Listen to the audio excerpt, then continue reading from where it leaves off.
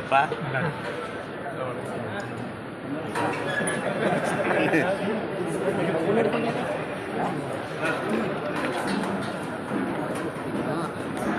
இப்போ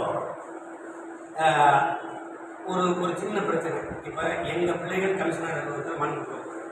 அதே நேரம் வீரலட்சுமிங்கிற பெண்ணும் அந்த நேரம் ஒரு சின்ன சலசலப்பு வந்து அவங்க கூப்பிட்டு உங்கள் பிள்ளைகளை தயாராக இல்லாமல் பிரச்சனை இல்லாமல் அழைச்சிட்டு போக சொல்லி முதல்ல போனது நாங்கள்.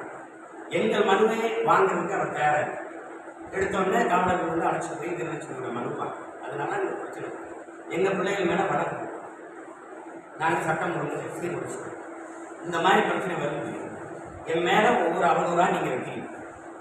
இப்போ ஒரு 7 முறை கருக்கடைச்சு விட்டாங்க.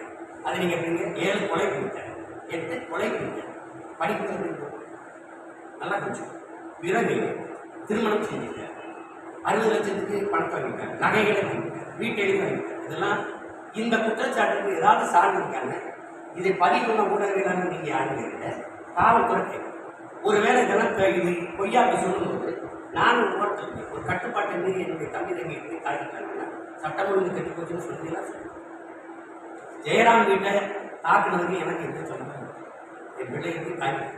ஆனால் முதல் குற்றவாளியாக இருக்கணும் ஐயா கருணாநிதி என்னை தான் ஏவனாக்கி சேர்த்து 10 வருஷத்துக்கு மேலே திருவள்ளூர் நீதிமன்றத்துக்கு நான் ஏறினேன் ஒவ்வொரு மாதம்.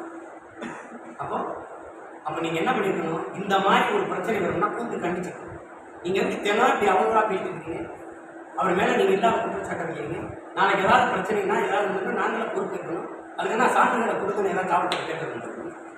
இல்லை நீங்கள் ஏதாவது ஏங்க அந்த குற்றச்சாட்டுன்னு சொல்லியிருக்கீங்க, ஏதாவது அவளை ஓடிக்கு சொத்து வச்சுருக்காரு ஒவ்வொரு இருக்கணும்.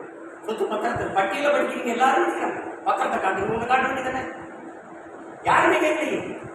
அப்போ என்னை பற்றி விமர்சிப்பது, என்னை அவதூறாக பேசுவது, என்னை அசிங்கப்படுத்துவது அவ்வளவு ரசிக்கிறீங்க, எல்லாருமே இருக்கிறாங்க. ஏன் நீங்க அந்த பொம்பளை கேட்கல, என்ன சாமி வச்சிருக்கீங்க, இதெல்லாம் கேட்கணும். அப்போ நீங்க ஒவ்வொன்றுமே என்ன நீங்க ஆழ்ந்து பாருங்க, இது எவ்வளவு பெரிய பிரச்சனையாக முத்தாரம் ஒருத்தர் ஒரு சத்தியம் தொலைக்காட்சியில் இருக்கு. நீ கொஞ்சம் சொன்னீங்களா, தொடர்ச்சியா நான் தான் சீமா அசிங்கம் சொல்லிட்டு வரேன்.